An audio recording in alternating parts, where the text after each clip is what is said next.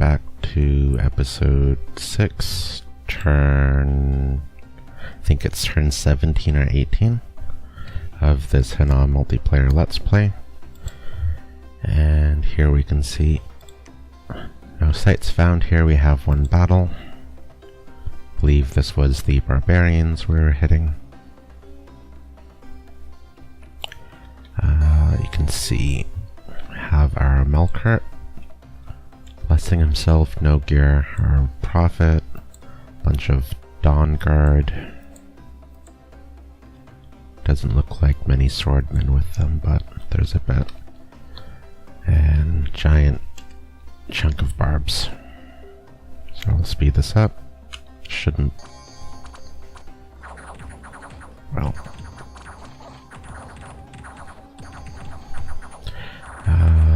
So you can see barbs are actually pretty scary if they get surrounded. My Melkart here actually almost died in this version of the battle.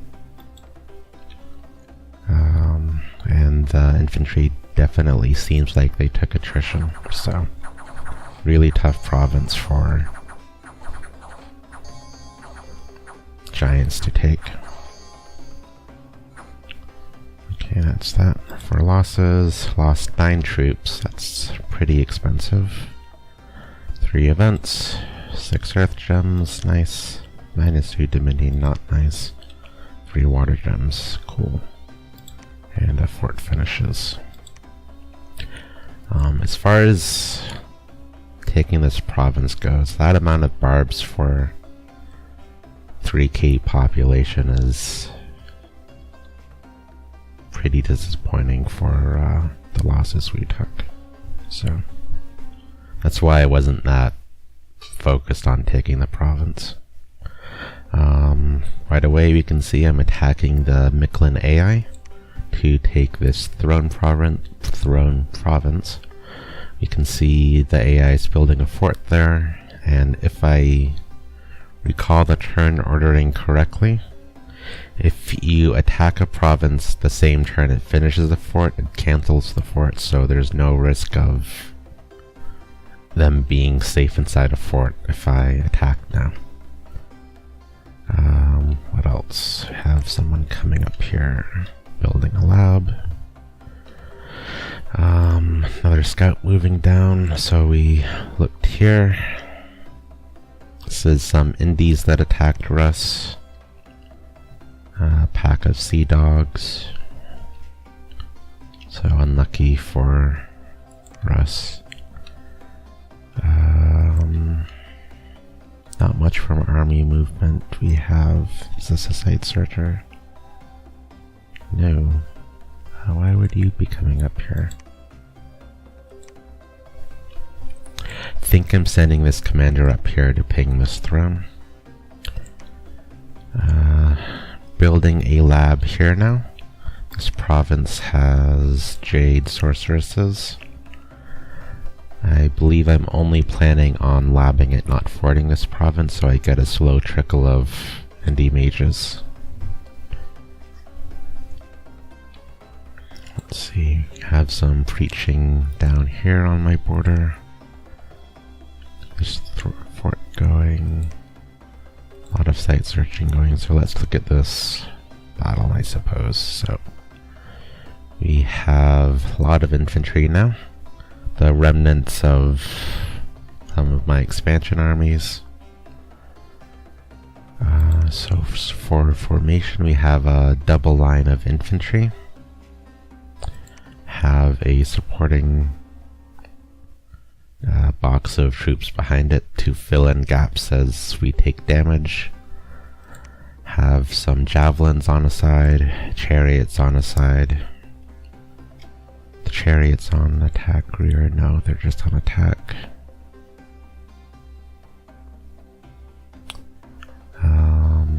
Let's see. Melkart's on 1 spell and advance. Doesn't look like he has any buffs yet he can do for himself.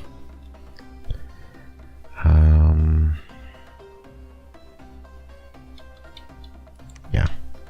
So, a lot troops we're sending in to handle this decently sized Jaguar stack, but we should overwhelm it. Looking back, I might have been able to get away with doing a line formation, especially since I have this sort of reserve force behind the front line, but double line's not too bad.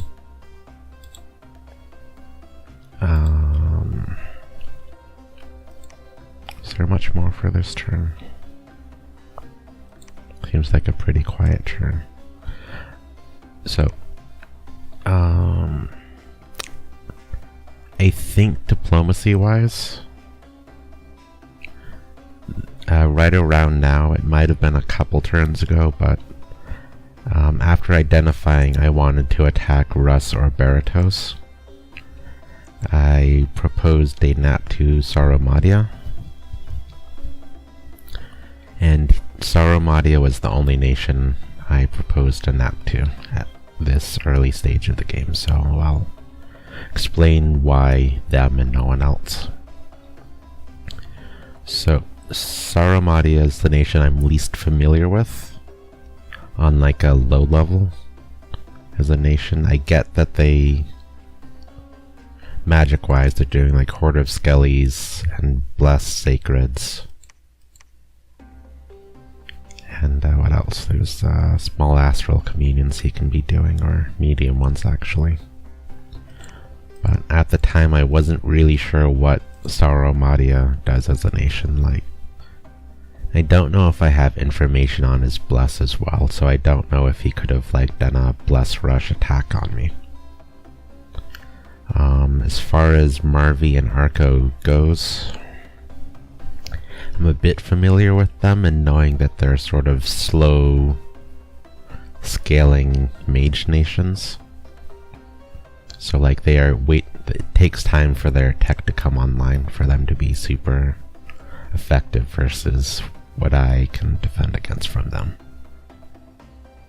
So I propose a nap to Saromadia, as out of all the nations I border that I don't intend to fight, I think I view Saromadia as the most threatening one, as far as like the amount of resources I would need to commit to defend if he attacked me. So in that way, I feel like I'd have to commit a lot of troops and mages to defend if he attacked me. Whereas Arco and Marverni, I feel like in the early stages of the game I could pretty much fight them with a low commitment of resources, so say using a kitted Melkert or maybe some low level magic like elemental spam or whatnot. I also have like more mages in this general area on my left, and it's a much more contained front, so they should be less inclined to want to fight me, especially Arco. And if Marvi fights me, he pretty much has like this 2-province choke point you would have to look to break through. So he'd be pretty predictable and coming right within my cap circle pretty quickly, where I have easy access to reinforcing with mages, where my front against Saromadia is further away, so it's harder to defend it quickly. Let's check research. You can see I'm pushing to construction 4, after that alteration 4. So after getting conjuration 3, I was pretty focused on getting my Malkurts up and running. First doing construction because you want to get those Dwarven hammers up and running so you can make gear cheaply. And I think I explained in a past video that like you want to make the items first, and getting the tech for thugging Melkurts can sort of come after you've like deployed the Melkurt. So I think that covers this turn. Let's see, turn 18 next. So let's jump to it. 18. A lot of site searching this turn, so we found Endless Forest. I want to say that's a nature 1 gem site. Here we have Earth Blood Seepage. That might be 2 Earth gems. I think that's it. Have our Mictlan battle. Let's see it. So that's our formation. Troops are on attack, not hold an attack. Is there a benefit to hold attack here? I don't think generally I need to hold an attack, I just want to close the fight. Reason being, slingers, more slingers, so if I do a hold and attack, it gives his ranged units more time to sort of poke down my health, and I think I need to turn on, yeah, the stuff. So let's get battle going. This time Melkert should be a bit further behind. So while the slings aren't really doing much damage yet, it is definitely like threatening over time to just like give it an extra 2 turns. See, up here a chariot ran into the jaguars, got itself killed but did some trampling. Sort of happy with chariots dying, as I've said before. Their maintenance is pretty high compared to regular troops, so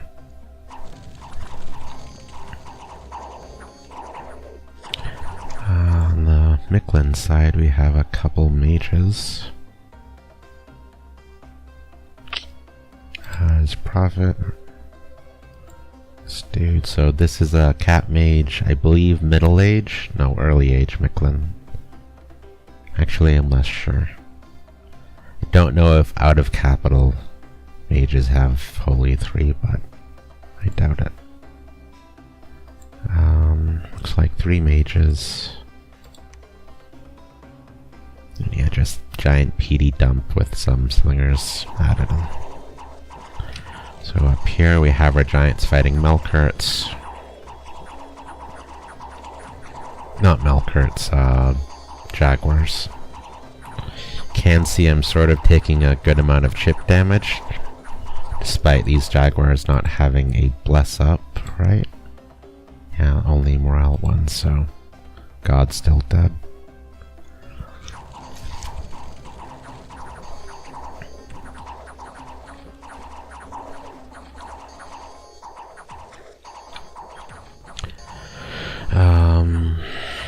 Mictlan gets a pretty early army route, which is pretty nice.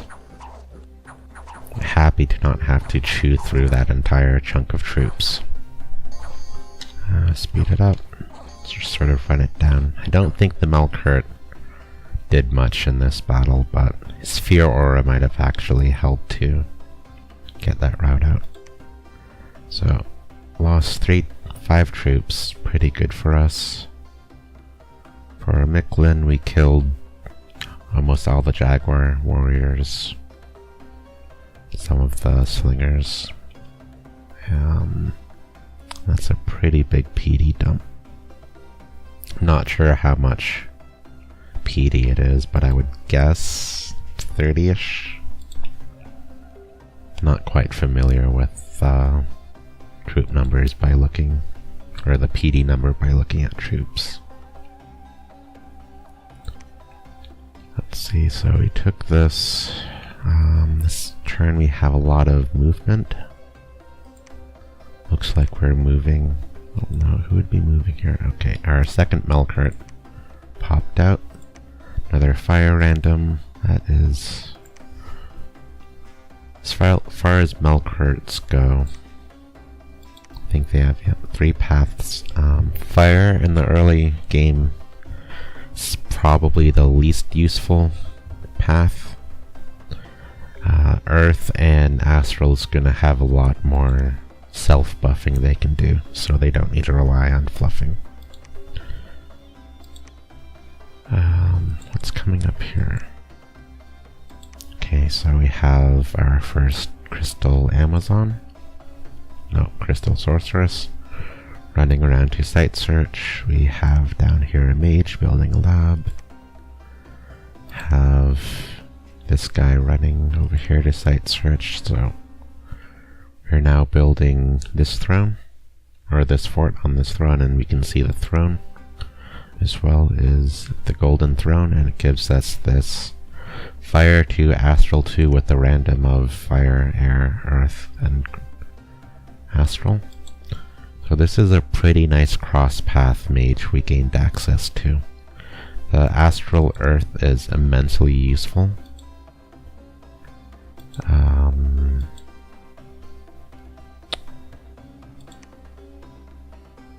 If it rolls on earth, I'm trying to think if air is useful. Can't think of an immediate use for it. But the fire random is sort of useful as well. Kind of lets him cast Firestorm easier. And sort of to remind, when this game was being played, and especially at this point, Firestorm was a... Let's find it down here, Firestorm. It was a 5-gem spell. Still 5 fire to cast it, but in essence I think you needed to be like fire 6 to cast a spell somewhat effectively, so pretty much I think you need like a base of fire 3 to reach that high on normal casters, so the regular army at fire 2 wouldn't be able to boost their way up to cast it for battles, so fire random, earth random, pretty useful. Their astral random is nice as well for casting easy or cheaper buffs like Light of the Northern Star, anti-magic.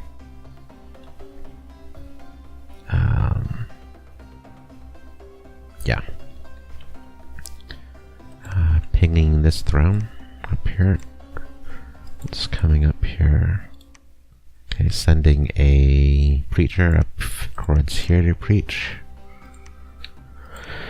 Not sure why I'm building a shaman here this turn. I'm guessing because I don't have enough gold for a Melkart and I want to site search the south.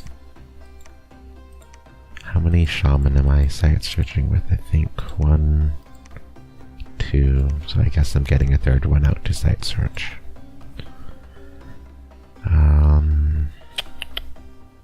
So looking at Russ, we see we missed a battle here to see what his bless is, and we see Satis is right here, and to remind, Satis's capital is all the way over here, so we see Satis is pretty pushed in against Russ. And seeing Satis here triggers my mind that Russ is a very small nation.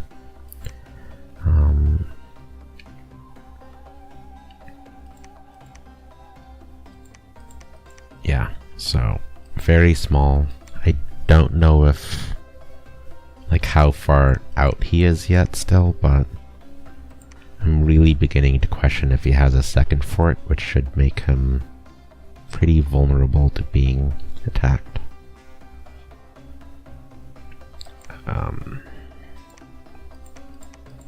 So yeah, seeing Satis there's a big, sort of like a green flag for go. Attacking Russ. I still want to gain more information. I want to try to figure out what his bless is, so I know what kind of situation I'm dealing with, or what kind of tech I might want in a battle. I think at turn 18 still. I'm still waiting for a fair amount of tech to come online. We finished construction 4. Swap to enchantment 3 this turn. Why would I do that? Enchantment 3. Okay, so I'm getting fire shield. Since I've rolled 2 fire Melkarts, I want to get their buffs up first. And they don't have alteration buffs, it's just Fire Shield at Enchantment 3 that they can do. So making that deviation, I'm up to 100 research a turn, so still pretty low.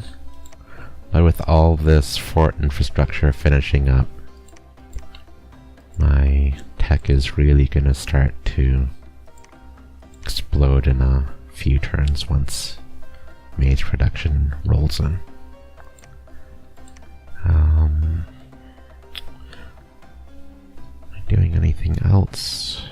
Let's see, no Diplo. I think that's it.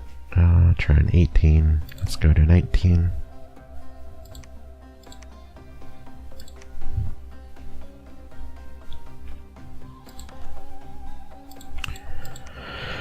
What's going on here? So one battle. What is this? The ping. Let's view this. Can already see 3 mages. Alright, so we see a good pile of heavy cavalry. And these are specifically cataphracts. We see 1 mage here. Death 1 with undeath gems. Blood 3 with a chunk of blood slaves. It's a thug item. Down here we have a air 1 and water 2 with gems. Fire 2, earth 1, so it's a fair amount of mages and they can spam good amount of elementals and horde of skellies. And the knights especially makes it hard to just sort of overwhelm them with numbers. So this is kind of a deceptively strong fort or throne. It would take a decent commitment of troops for me to handle that. Or to be comfortable handling that for me. Events, plus 50 province income, that is amazing. As I understand it, scales effect after the income, so with my scales build, this is gonna be effectively, what's my gold bonus? I think my gold bonus is like a 15%, so gonna get even more gold from this permanent income bonus. Over here, just a witch, messing with the scales. Finished another fort. Alright, so here moving this priest up to preach. Claim this throne, and it's starting to push our candles in this direction. Oh, I don't think I mentioned it before, but I built a temple here, which I guess would explain why it was recruiting priests, but if I didn't mention it, I'm looking at building temples, 5 temples in my land, so I can push out my scales. Building 5 temples gets me a bonus dominion strength, which will make my dominion more competitive at battling other dominion candles as well. Getting like 10 points of candle spread is pretty nice.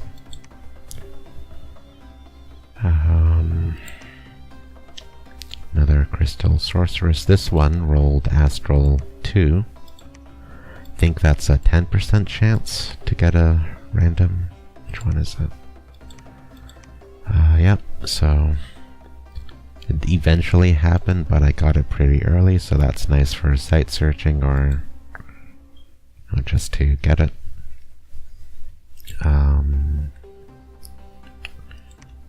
So yeah, this turn I'm just primarily infrastructure building, site searching, trying to build up my land down here. We get a better scout on the Rust's front. We see Satis has a fort here now, so we see that Satis is really close to Russ. So like 3 provinces out from his own capital, while he's 2 out from Rust, so something seemed to have gone wrong for Rust this game. He either wasn't familiar with how to expand with his nation, got a lot of bad events, or possibly he's in a war with Satis. And Satis took this fort, but at turn 19 it would be a bit surprising for him to have already taken a fort province as Satis, so Rest is looking much more appetizing to fight.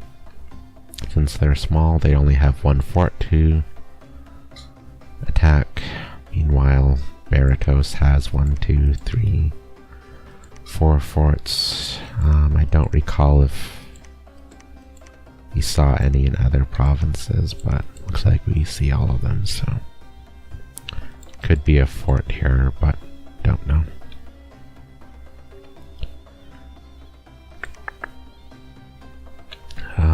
So I guess we did do construction this turn, or last turn. Did I show what we were constructing? No. Okay, so first we were doing, I'm actually glad I checked, so we did earth boots, so we can boost up to earth 3 and start dwarven hammers, and here we are empowering a shaman. What am I empowering him? So if we look, gems, everything's like 20 with 250s, so if we change the order, we'll see what he did. So we're empowering him in death, to death 2. Where is it? Empower death. And it costs 30 gems, so we're doing this because I was not successful in trading for a what's it, the death booster, is it Skull Mentor? Skull Staff, which boosts death to by 1 point. So instead of, I think I talked with Sauromadia, and he sort of played with the idea of trading me a Skull Staff. Satis, I don't recall if he was interested in it, but kind of getting to the point where my death income is pretty high. It's 5 a turn, and I would rather be doing something with the death gems now than waiting around and letting them stockpile and do nothing. And a pretty good way to spend death gems, at least for me, is to empower, get a skull, or have him build a skull staff, and then do a couple revenants, which is a sort of secondary benefit of getting enchantment 3. Revenants are 9 death gems each. They're mage, summonable mages with death 1 magic. So with a skull staff equipped to them, they can sort of self-replicate, and it won't take like anyone else's turn. So I think they have 9 research base, or is it might be 7. But either way, with a magic 3 scales plus, they're pretty decent for researching. Like, slightly less efficient than Ami, but death 1 mages, especially like a revenant, is useful in doing a couple duties that I might not want to spend time with the shaman for. So besides sort of self-replicating themselves once they get a skull staff, they can summon me Mound Kings. Where is it?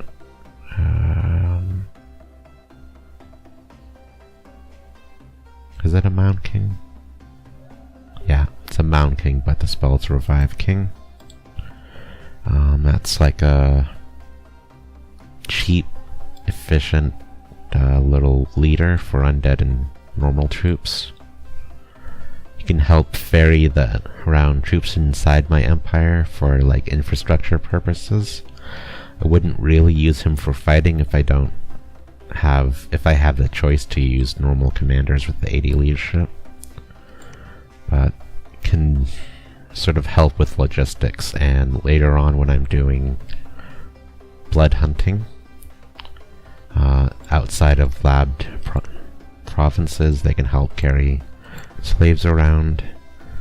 And a key point for them is they don't cost gold maintenance compared to, say, a scout network. And don't know if I've showed it recently, but I think I only found one scout province in my entire land, and it's not a good scout. It's these 40 gold Tavi chieftains.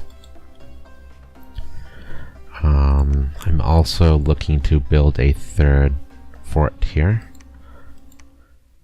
Well, not a third, but it'll mean this province will have 3 forts around it, and when you have 3 forts around a province, it generally saps out all the resources in the province. So once this fort finishes, I won't be able to recruit any more of these Tavi because there will be 0 resources here.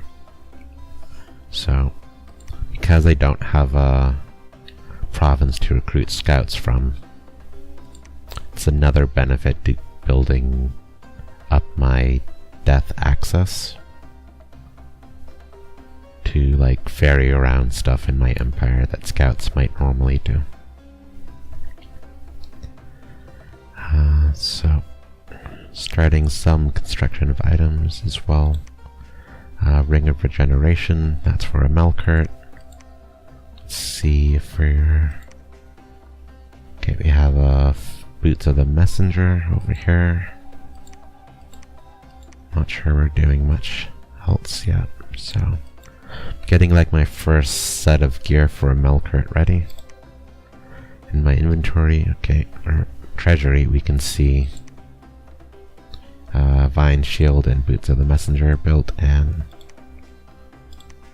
I didn't know it at this time, but I learned it through this series that if you hold shift and left click, you can move items in the treasury, so that's a really nice sorting tool you can do for your games. Is there anything else this turn? Don't think so, just another turn of infrastructure building, crafting, just recruiting mages. I think I said site searching. Golden comes up to 22,000, so it's pretty high. Our maintenance is pretty low. And if we do a quick look of our empire for troops, there's 1 troop here, no troops there, couple troops here, 8. So yeah, this is pretty much my whole army at this point. No troops here, building a scout though. So you can see this army is extremely small, especially to cover all this land.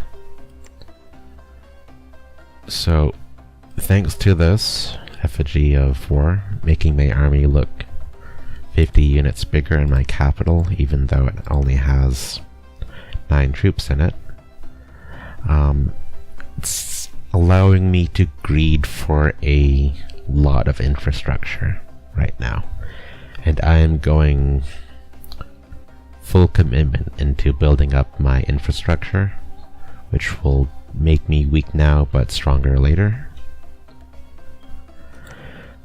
So if we count forts, we're at 1, 2, 3, 4, 5, 6, 7 forts. So that's a really high number of forts in the early game. And they'll all be done before year 2. So next few turns are still going to be slow turns of infrastructure building. But we have our construction tech now, so we're slowly working up our hammer count, doing some Melkart gear, and I'm pretty okay with having a really small army at this stage, because my tech for Melkarts is coming online, gear for Melkarts is online, and after this turn I'm gonna have a Fine Shield, Boots of the Messenger, Ring of Regeneration. So like the basic gear kit of Melkarts is there to fight if I'm attacked. Our scouting in this whole swath of the map is pretty low, so I'm doing a lot of assumptions on what's going around through diplomacy and talking to people. And like, a lot of that was sort of residual information. Is that a good way to put it? I'm not sure, but I know that like this Mictlan war happened and Arco and Marveri both attacked him. So I can presume this Mictlan capital is being sieged, and I see these scales still there with 3 candles, so I'm assuming, or I can assume, it's still being sieged and Mictlan's alive, although actually I can just sort of see here Mictlan's still alive, it's not defeated. So I know this war is still ongoing, even if it is sort of just sieging being done. Don't have much information on Tis before this turn, but after seeing this fort I can get the sense that Satis did pretty good on expansion. Atlantis is in this lake, I think somewhere in here. I have 0 information on them, but they're in there. So I think that was enough rambling, so I'll cut the episode here. Thanks for watching, and I'll see you next time.